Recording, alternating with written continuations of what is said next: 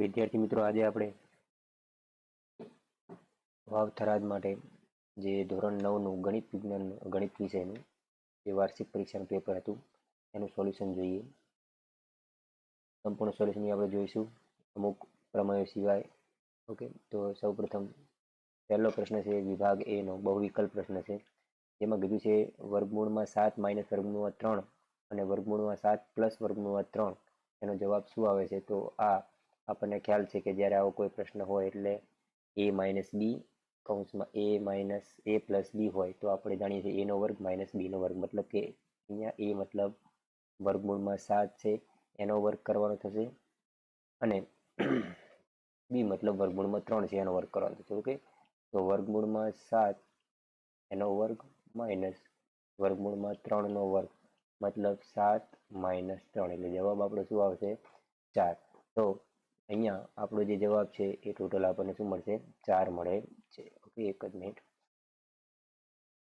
તો જવાબ છે આપણો અહીંયા 4.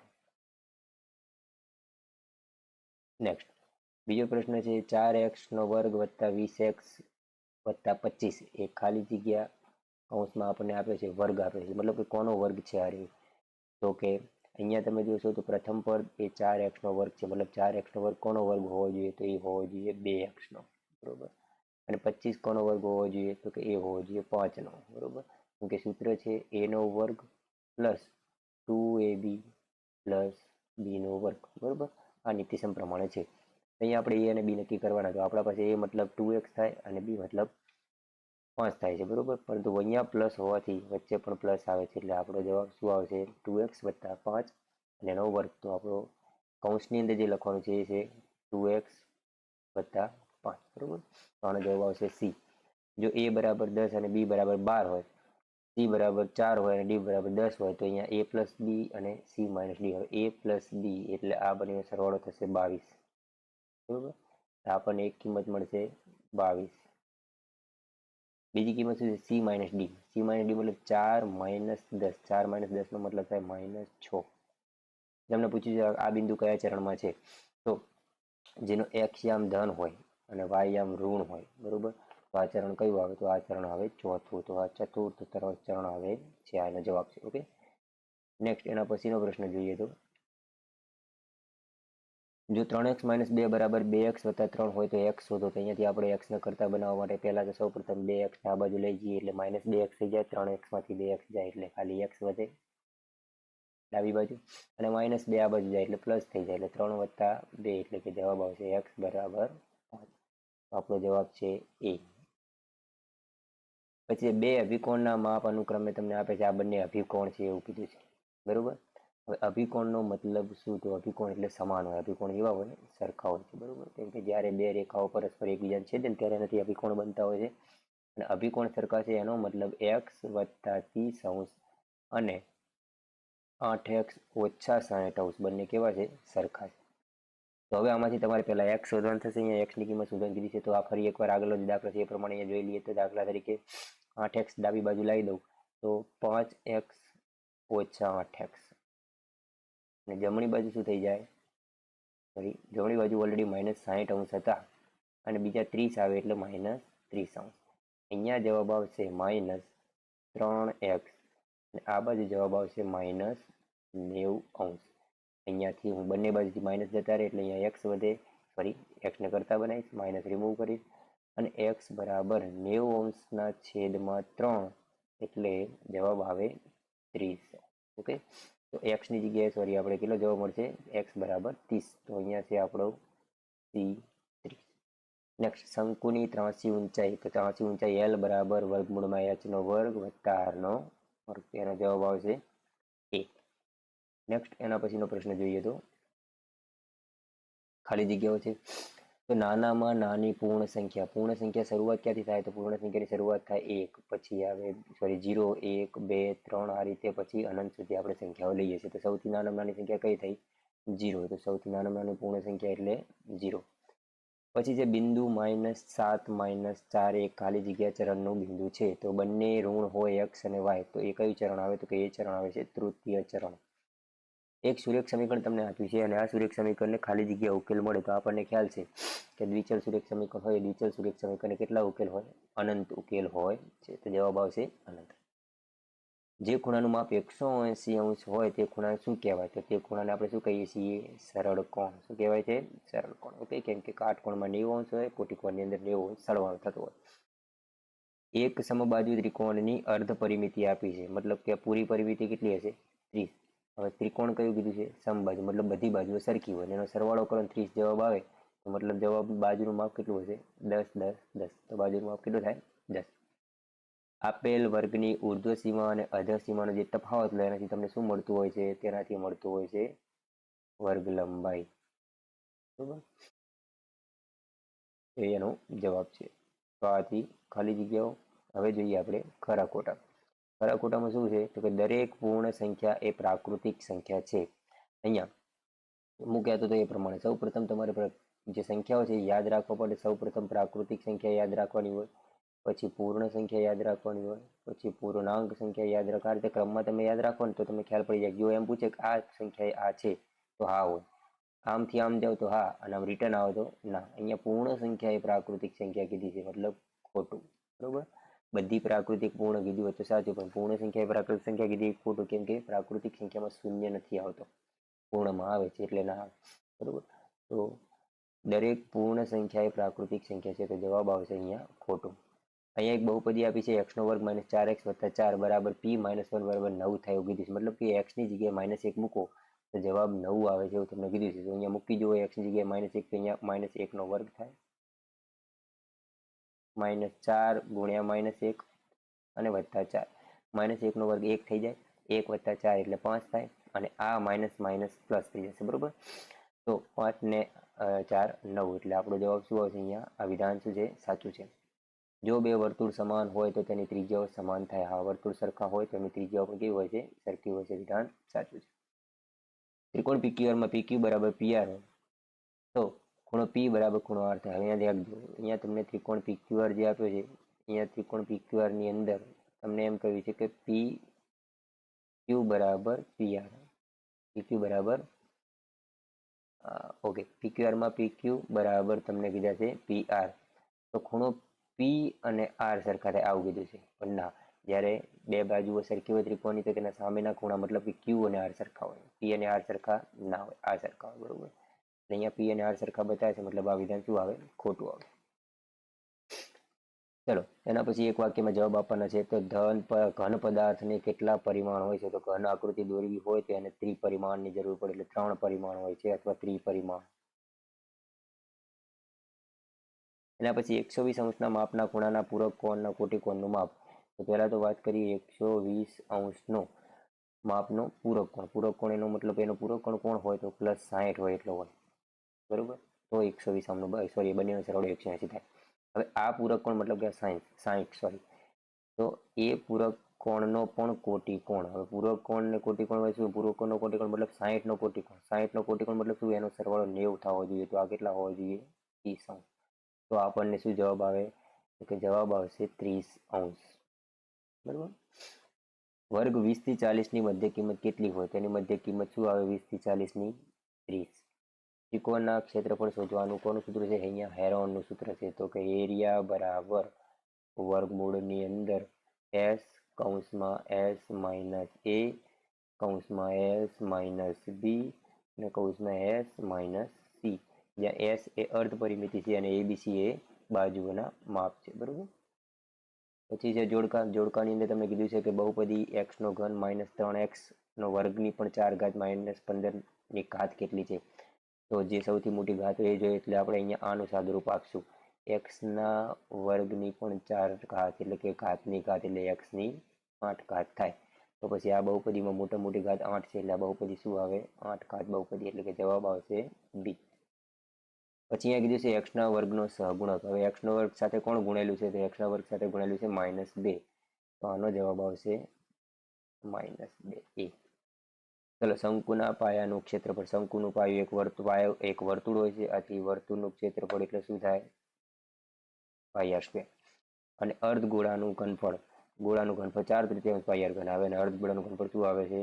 2/3 પાઈ આર ઘન. ઓકે, તો આ તો વિભાગ એ. હવે આપણે જોઈએ વિભાગ બી. તો છેદનું સમીકરણ કરવાનું છે. તો અહીંયા વર્ગમૂળમાં 5 છેદમાં આપે છે વર્ગમૂળ 5 વત્તા વર્ગમૂળ 2. તો એ અસમય છે. આપણે એને સમય કરવા માટે શું કરશું? તો કે આ જે પદ છે વર્ગમૂળમાં 5 વત્તા વર્ગમૂળમાં 2, આ છેદને વર્ગમૂળમાં 5 ઓછા વર્ગમૂળમાં 2 વડે ગુણી દઈએ. પણ અહીંયા ડાયરેક્ટલી ગુણાશે ને એટલે અંશને પણ વર્ગમૂળમાં 5 ઓછા વર્ગમૂળમાં 2 વડે ગુણી દઈએ. તો આનો ગુણાકાર એક સાથે થાય તો અંશમાં આવશે વર્ગમૂળમાં 5 ઓછા વર્ગમૂળમાં 2 અને છેદમાં આવશે આ એક આપણે નિત્યસમ થઈ ગયું એટલે 5 ઓછા 2 થઈ જશે અહીંયા. તો આનો છેદ થઈ જશે 3 અને અંશ થઈ જશે વર્ગમૂળમાં 5 ઓછા વર્ગમૂળમાં 2. તો છેદ અહીંયા સમય થઈ ગયો. આથી આને કહેવાય છેદનું સમીકરણ. પછી છે 64 ની 1/2 ઘાત. હવે 64 ની 1/2 ઘાત મતલબ વર્ગમૂળમાં 64 નો વર્ગમૂળમાં 64 એટલે કોનો વર્ગ છે? તો કે 8 નો. તો જવાબ શું આવે આનો? 8. 125 ની 1/3 ઘાત. 125 ની 1/3 ઘાતનો મતલબ એ એનું ઘનમૂળ છે, બરોબર. તો 125 કોનો ઘન છે? તો 125 એ 5 નો ઘન છે. તો આનો જવાબ આવશે 5. ઓકે, યોગ્ય નિત્યસમનો ઉપયોગ કરીને આ દાખલો ગણવાનો કીધો છે. તો અહીંયા જવાબમાં તમે કઈ રીતે ગણતરી કરશો? તો કે 100 + 3 અને 100 + 7. એનો મતલબ આપણે નિત્યસમનો ઉપયોગ કયો કરીએ છીએ? a + b sorry x + a આવા નિત્યસમનો ઉપયોગ કરશું. x + a અને x + b. કેમ? કેમ કે x બંનેમાં સરખો છે. અહીંયા બંનેમાં 100 લખ્યા છે. ફરક કોણ છે? અહીંયા 3 અને 7 એટલે કે a અને b. તો આવા નિત્યસમ તમે શું કરો એનું સોલ્યુશન? તો કે x² પછી a + b × x અને પ્લસ ab. આ રીતે કરો છો. ઓકે, અહીંયા x મતલબ શું? તો કે 100. 100 નો વર્ગ કરી દઈશું. a + b એટલે 7 ને 10, 10 ને 100 સાથે ગુણી દઈએ એટલે 1000 થઈ જાય. અને ab એટલે 7 ને 7 તરી 21. ચલો, તો 100 નો વર્ગ એટલે 10,000 વત્તા 1000 વત્તા 21 એટલે કે 10 ને 11,000 11,021 જવાબ આવે. સોરી, 11,021 જવાબ આવે. ઓકે, તો આ એનો જવાબ હતો. પછી વાત કરીએ આપેલ બિંદુઓ કયા ચરણ અથવા અક્ષ ઉપર છે જોવાનું છે. તો અહીંયા તમે જોશો x એમ આપેલો છે, y એમ 0 છે. એનો મતલબ આ x અક્ષ ઉપર છે. ક્યાં છે? x અક્ષ પર. આ બિંદુઓ છે x અક્ષ પર. બંને યામ ઋણ છે. એનો મતલબ આ કયા ચરણમાં આવશે? આવશે તૃતીય ચરણમાં. અગાઉ આપણે જોયું હતું એ પ્રમાણે આ તૃતીય ચરણમાં આવે. x = 2 y = 3 એ સમીકરણ એમાં k ની કિંમત શોધવાની કીધી છે. x ની જગ્યાએ 2 મૂકીએ, y ની જગ્યાએ 3 મૂકીએ. અહીંયા જો x ની જગ્યાએ 2 મૂકીએ તો 4 દુ 8 થાય. y ની જગ્યાએ 3 મૂકીએ તો 5 તરી 15 થાય બરાબર k.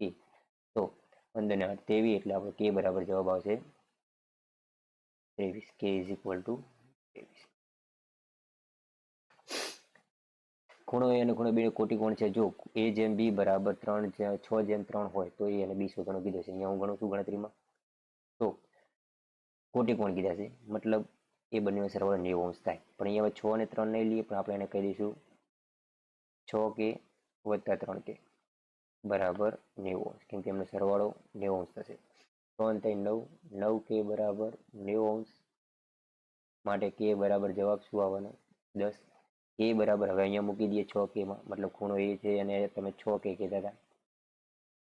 6 × 10 એટલે કે 60° અને ખૂણો b છે અને આપણે કહેતા હતા 3k એટલે કે 3 × 10 બરાબર 30°. બરોબર, તો આ એનો જવાબ છે. એના પછીનો પ્રશ્ન છે આકૃતિમાં રેખા જે AB અને CD આપી છે. બિંદુ એક O બિંદુમાં છેદે છે. AOC અને COB મતલબ કે AOC એટલે આ ખૂણો અને COB એટલે આ ખૂણો. એ બંનેનો ગુણોત્તર આપ્યો છે 7/8. પણ તમે જોશો તો આ રૈખિક જોડના ખૂણા છે. તો આપણે જેમ આ નિયમ ઉપયોગ કર્યો એ જ રીતે AOC ને આપણે કહેશું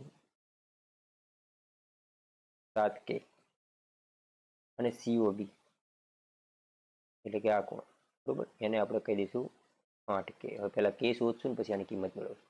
હવે બંને રૈખિક જોડના ખૂણા છે એટલે એમનો સરવાળો શું થવાનો? 180. એટલે કે AOC + COB બરાબર કેટલા થાય? 180. એટલે કે 7k + 8k બરાબર 180. 7 ને 8 15k બરાબર 180°. એટલે k બરાબર 180/15 જવાબ આવે 12. માટે AOC બરાબર તમને કેટલા લીધા હતા? AOC ને શું કહેતા તમે? 7K કહેતા હતા.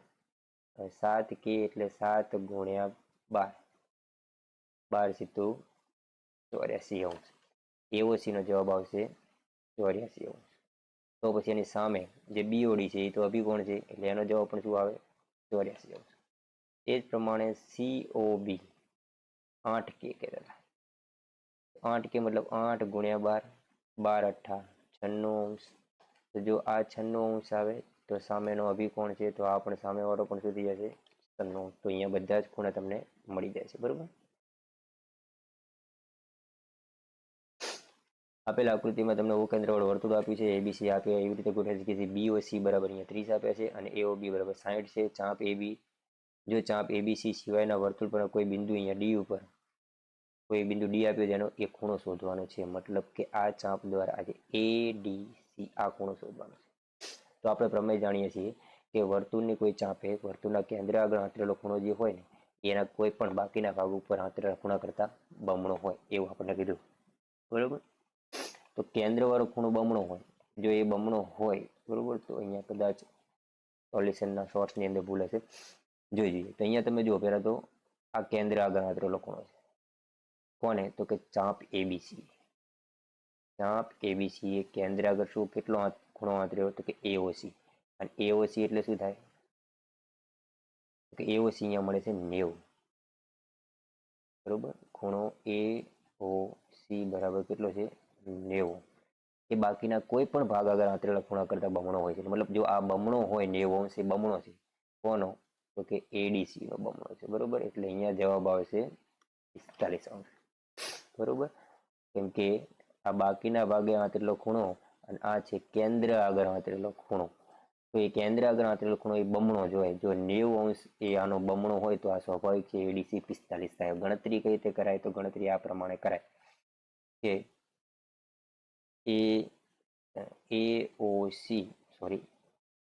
AOC બરાબર તમે શું કહી શકો? તો કે 2 ગુણ્યા ADC. બરોબર. આની અંદરથી જો ADC શોધવાનો હોય તો ADC ને કરતા બનાવતો AOC ભાગ્યા 2 થાય. AOC ની કિંમત 90 અંશ છે તો પછી ADC આપણને મળે છે 90 ભાગ્યા 2 એટલે 45 અંશ. બરોબર. શોર્ટ્સમાં આ ભૂલ હશે, એક ભૂલ થઈ ગઈ છે. ચલો, જેમાં A બરાબર 90 અંશ અને AB બરાબર AC હોય તેવો કાટકોણ ત્રિકોણ ABCમાં ખૂણો B અને C શોધો. હવે એવો કાટકોણ ત્રિકોણ કીધો છે. દાખલા તરીકે આ કાટકોણ ત્રિકોણ છે. આ કાટખૂણો છે એ A છે અને B કહી દો, આને કહી દો C. અને બીજું AB અને AC સરખા છે.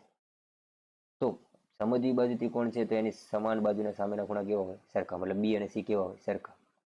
જો આ એક 90 અંશ હોય તો આ બંનેથી 90 અંશ થાય. પાછું બંને સરખા છે તો બંનેનું માપ શું થઈ જાય? 45. તો B અને C નું માપ કેટલું થાય? 45 અંશ અને 40 અંશ. બરોબર. આ રીતે ગણતરી દ્વારા આપણે લખી શકીએ. 2 રૂપિયાના સિક્કાનું ઘનફળ શોધો. 2 રૂપિયાના સિક્કાનો આકાર કેવો ગણવાનો? એનો આકાર ગણવાનો નળાકાર. એટલે નળાકારનું ઘનફળ તો πRh. બરોબર. આ સૂત્ર આપણે લખી શકીએ. 1 લીટર બરાબર ખાલી જગ્યા સેન્ટીમીટર ઘન. 1 લીટર બરાબર 1000 સેન્ટીમીટર ઘન થાય છે. જેની 83 ઊંચાઈ મતલબ L આપ્યા છે 10 સેમી. પાયાની ત્રિજ્યા એટલે કે R આપ્યા છે 7 સેમી. લંબવૃત્તીય શંકુની વક્ર સપાટીનું ક્ષેત્રફળ શોધવાનું છે. તો શંકુની વક્ર સપાટીનું ક્ષેત્રફળ શું આવે? πRL. પાઈ 22/7, R બરાબર 7 અને L બરાબર 10. 7 7 ગયા 22 ગુણ્યા 10 એટલે 220 સેન્ટીમીટર વર્ગ. આ થઈ ગયું શંકુનું વક્ર સપાટીનું ક્ષેત્રફળ. 28 સેમી વ્યાસવાળા ગોળાનું ઘનફળ. અહીંયા 28 સેમી તમને વ્યાસ દર્શાવેલો છે. તો એવા ગોળાનું તમને અહીંયા ઘનફળ દર્શાવેલું છે. તો ઘનફળ માટે ગોળાનું ઘનફળનું સૂત્ર શું આવે? ગોળાનું ઘનફળ બરાબર કેટલા લઈ શકો છો અહીંયા આપણે? તો કે ગોળાનું ઘનફળ જે આપણે 4/3 પાઈ r ઘન. 4/3 પાઈ r ઘન. વ્યાસ આપ્યો છે એટલે પહેલા આપણે ત્રિજ્યા શોધવી પડશે. જો D બરાબર 28 હોય તો એની ત્રિજ્યા થઈ જાય 14. ઓકે, તો અહીંયા કિંમત મૂકી દઈએ 4/3 પાઈની જગ્યાએ લખી નાખીએ 22/7 આરની જગ્યાએ લખી નાખીએ 14 નો ઘન. આ બધાની ગણતરી કરીએ, સાદરૂપ આપશો એટલે તમારો જવાબ આવશે 11,498.66 સેન્ટીમીટર ઘન. ઓકે, આ રીતનો જવાબ મળે છે. ઓકે, પછી કીધું છે નીચે એક આવૃત્તિ વિતરણ આપ્યું છે તમને, આ કોષ્ટકને સતત આવૃત્તિ વિતરણમાં કન્વર્ટ કરવાનું છે. સતત બનાવવું હોય તો શું કરવું, તો કે અહીંયા અધર સીમા જે ઉર્ધ્વ સીમા છે, અધર સીમામાં 0.5 ઓછા કરી દેવાના અને ઉર્ધ્વ સીમામાં 0.5 વધારી દેવાના દરેકની અંદર. તો જુઓ શું થશે, પહેલામાં 0.5 ઓછા કરવું તો 117.5 થઈ જશે, અને આ ઉર્ધ્વ સીમામાં વધારી દઉં તો 126.5, કેમ કે આનાથી એની વર્ગ લંબાઈમાં કોઈ ફેરફાર થતો નથી. બરોબર, ચલો, તો આ પ્રમાણે તમે જોશો તો એની વર્ગ લંબાઈમાં કોઈ ફેરફાર થતો નથી. તો એ પ્રમાણે આ પહેલો વર્ગ થઈ ગયો. બીજો વર્ગ શું થશે, આમાં 0.5 ઓછા કરો તો આ થઈ ગયો 126.5, અને આમાં 0.5 વધારી દો 135.5. જેમ કે જેમ આમાં પણ એ જ કરો 135.5, 144.5. તમે જુઓ તો હવે સતત થઈ ગયું, કેમ કે એક વર્ગ પછી તરત તમે બીજા વર્ગમાં જશો એટલે એ સતત કહેવાય, કેમ કે અહીંયા 26 પછી ડાયરેક્ટ 27 આવ્યો હતો, એ 26 થી ચાલુ થતું હોય તો સતત કહેવાય 126 થી. અહીંયા થઈ ગયા, હવે આ જ્યાંથી પૂરો થાય છે, આ જેની ઉર્ધ્વ સીમા છે એટલી જ આ એની અધર સીમા છે, એવું દર્શાવે છે, એટલે આને કહેવાય સતત વર્ગ. આવું દરેક માટે આપણે કરી દેવાનું. વિભાગ સી ની અંદર તમને એક દાખલો આપ્યો છે, એને પી ના છેદમાં ક્યુ ના સ્વરૂપમાં આપણે દર્શાવવાનું છે. તો આને પહેલા આપણે એક્સ ધારી લેવાનો, એક્સ બરાબર 1.272727 આવું આપણે લઈ લેવાનું છે. બે અંક ઉપર 12 છે એટલે આપણે શું કરશું, 10 વડે સોરી 100 વડે ગુણી દઈશું બંને બાજુ 100 વડે ગુણીએ એટલે આ થઈ જાય 127.2727 આવું થઈ જશે, અનંત સુધી ચાલી રહેશે. એ જ પ્રમાણે 100x બરાબર, હવે આમાંથી મારે એક્સ અલગ બનાવવો છે, મતલબ 1.2727 આપણને અલગ બનાવવા છે. તો 126 અને અહીંયા થઈ જશે, આ જે કિંમત છે બે ભાગમાં વહેંચી દઉં છું, વત્તા 1.2727 આવું અનંત સુધી. તો જો 126 વત્તા 1.27 એટલે શું થઈ જાય, 127.2727 થઈ જાય કે ના થઈ જાય. માટે 100x બરાબર, આને કહી દો 126 અને આને કહી દો એક્સ. કેમ એક્સ કીધો, કેમ કે આપણે પહેલા જ એક્સ ધારી લીધો છે 1.2727. આ એક્સ બરાબર ની આ બાજુ આવશે એટલે 100 માઇનસ 1 થશે એટલે 99 એક્સ થઈ જશે 126. માટે એક્સ બરાબર 126 ના છેદમાં 99. આ પ્રમાણે ગણતરી. આનું થોડુંક વધારે નાનું પણ છેદ તમે કરી શકો છો. આ થઈ ગયું પી ના છેદમાં ક્યુ નું સ્વરૂપ. ફરી પરસ્પર છેદતી બે રેખાથી બનતા અભિકોણ સમાન હોય છે, તો એ તમારે આ રીતે સાબિત કરવાનું રહેશે. બે રેખાઓ છે એમને છેદતા હોય અને એના અભિકોણો છે એ સરખા સાબિત કરવાના છે, એ પ્રમેય છે. ઓકે, પછી અહીંયા બાજુમાં જે આકૃતિ આપી છે એમાં તમને કીધું છે એપી ક્યુ બરાબર 50 અંશ છે, પીઆરડી બરાબર અહીંયા 127 અંશ છે. તો અહીંયા તમને એક્સ અને વાય શોધવાના છે. આકૃતિ પરથી તમે જોશો તો બે સમાંતર રેખાઓ છે અને આ એની થઈ ગઈ છેદિકા, અને આ છેદિકાથી એક આ ખૂણો અને એક આ ખૂણો યુગ્મ કોણ બને છે. અને યુગ્મ કોણ કેવા હોય, સરખા. જો આ 127 છે તો આ બંને ભેગા થઈને 127 થાય. એમાં આ 50 છે તો આ વધ્યા કેટલા, તો વાય બરાબર થઈ ગયા 77. એટલે આ ગણતરીમાં તમારે આ રીતે લખવાનું થાય કે ભાઈ ખૂણો એ પી આર અને ખૂણો પી આર ડી એ યુગ્મ કોણ છે. પણ એ પી આર એટલે શું, એ પી આર આ બે ખૂણાનો સરવાળો છે. પછી એમાં 50 વત્તા વાય બરાબર 127 કરવાના, વાય ને કરતા બનાવવાના, 127 માંથી 50 બાદ કરો તમને મળી જશે 77. ઓકે, એ જ રીતે પછી આગળ આકૃતિમાં જોશો તો આગળ બીજું શું છે આકૃતિની અંદર, તો અહીંયા તમે જુઓ તો અહીંયા આ બંને રેખીય જ્ઞાનના ખૂણા છે. બરોબર, તો રેખીય જ્ઞાનના ખૂણાનો સરવાળો કેટલો હોય, 180 હોય. જો આ 127 હોય તો આ 53 થઈ જાય. આ 77 છે, આ 53 છે. 77 ને 53 કેટલા થયા, તો કે 130. બરોબર, 130 થાય તો હવે આ એક્સ કેટલો હોય, કે ત્રિકોણના ત્રણેય ખૂણાનો સરવાળો 180 થાય. તો આ વધ્યો 50. આ બંને થઈને 130 થતા હોય, આ થઈ ગયા 50. તો આ રીતે ગણતરી દ્વારા આપણે એક્સ અને વાય શોધી શકીએ છીએ. આ પણ પેલા હાલ પ્રમેય જે જોયું તે પ્રમાણે દાખલો છે. ખૂણો પી ક્યુ આર બરાબર અહીંયા 100 આપી દીધા છે. તો ઓ પી આર મતલબ આ ખૂણો શોધવાનો છે. જો હું સમજાવું, ત્રિકોણને કોઈ ચાપે, અહીંયા દાખલા તરીકે આ ચાપ છે, આ ગુરુ ચાપ રહી, એને કેન્દ્ર આગળ આંતરેલો ખૂણો એટલે આ ખૂણો કહેવાય. બરોબર, આ બાજુનો ખૂણો. એ બાકીના ભાગ ઉપર આટલા ખૂણા કરતાં બમણો હોય. તો મતલબ અહીં 100 છે તો આ કેટલો હોય એનો બમણો એટલે 200. પણ જો આખું ટનવાળું આખું જે વર્તુળ છે મતલબ કે આ ખૂણો કેટલો થઈ જાય ટોટલ 360. 360માંથી જો આ 200 હોય તો આ થઈ જાય 160. હવે વાત કરીએ અંદરના ત્રિકોણની. અંદરના ત્રિકોણમાં એક ખૂણો 160નો છે. ત્રણ ખૂણાનો સરવાળો થાય 180. એમાંય આ બંને તો એની ત્રિજ્યા છે, ત્રિજ્યા સરખી છે. મતલબ અંદરનું ત્રિકોણ કયું છે? સમદ્વિબાજુ ત્રિકોણ. કયું ત્રિકોણ છે? સમદ્વિબાજુ. સમદ્વિબાજુ ત્રિકોણની સમાન બાજુના સામેના ખૂણા સરખા હોય. મતલબ પી અને આર કેવા હોય? સરખા. ટોટલ સરવાળો 180 થવો જોઈએ. એમાંનો આ એક જ 160 છે તો આ બંનેનો સરવાળો થઈને 20 થવા જોઈએ. એમાંય બંને સરખા છે એટલે જવાબ શું આવે? 10. ઓકે, તો OPR તમને કેટલા મળે છે? 10 મળે છે. લંબચોરસ દરેક ખૂણા કાટખૂણા છે. આ પણ પ્રમેય છે એટલે પ્રમેય ગણતરી કરી દેજો.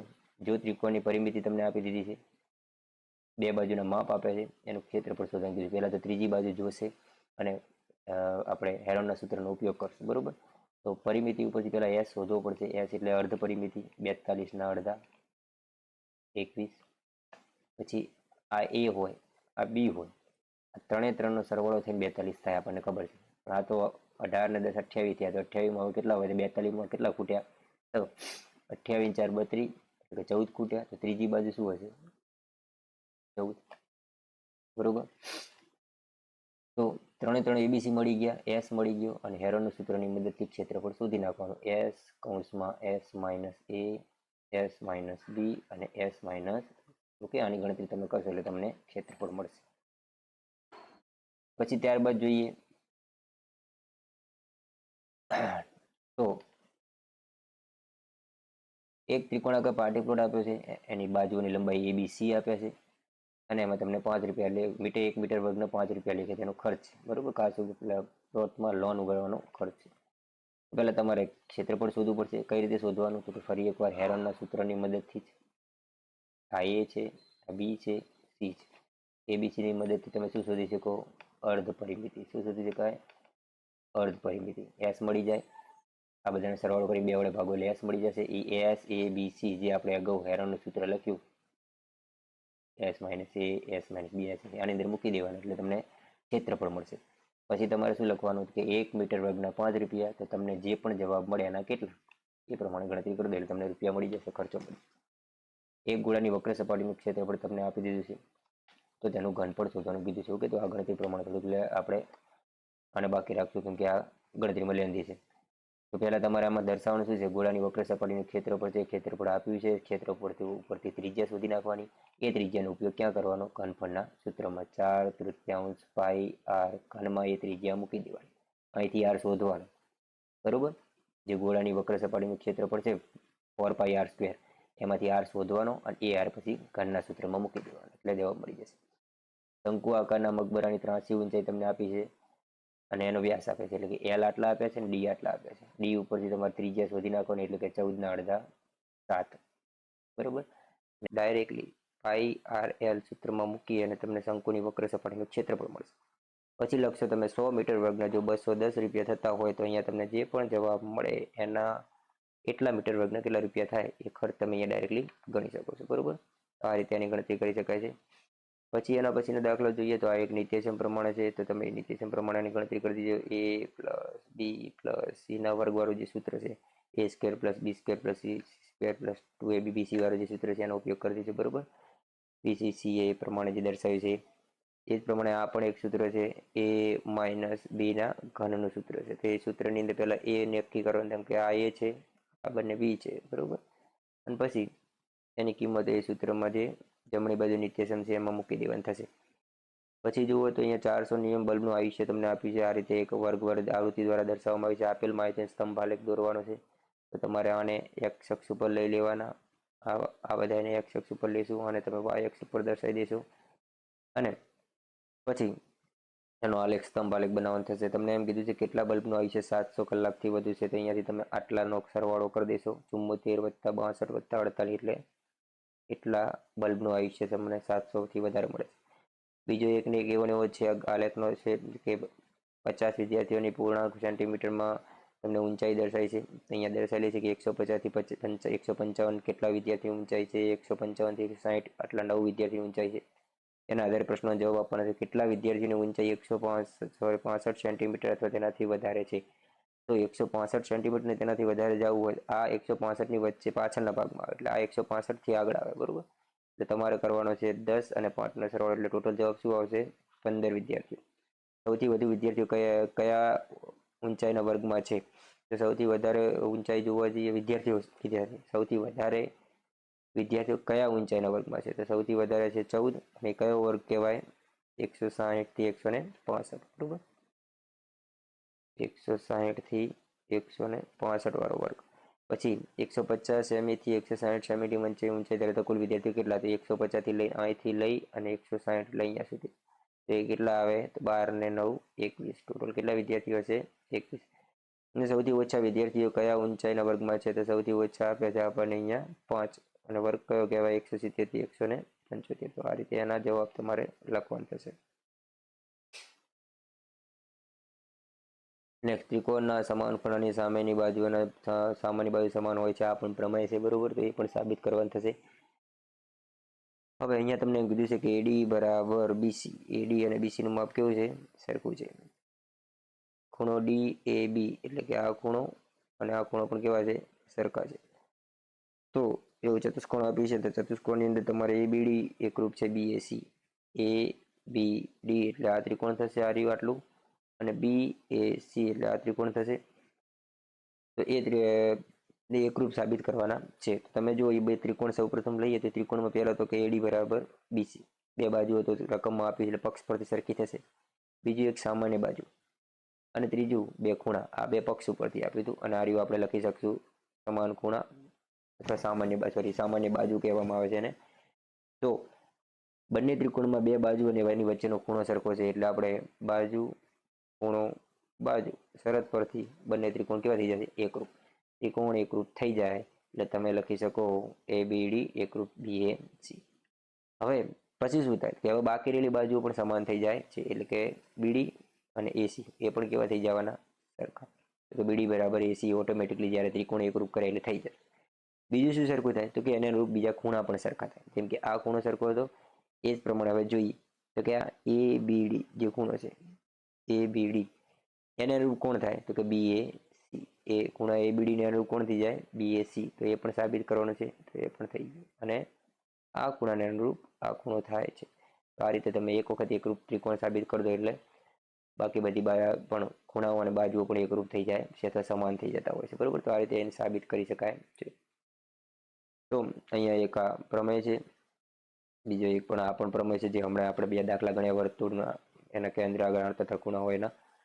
અને આ એક દાખલો છે થોડોક વધારે જે ગણતરી વાળો છે તો કે આ પણ એક દાખલો છે, ગણીને જોજો, ટ્રાય કરજો. તો આ રીતે આપણું સોલ્યુશન હતું. Thank you.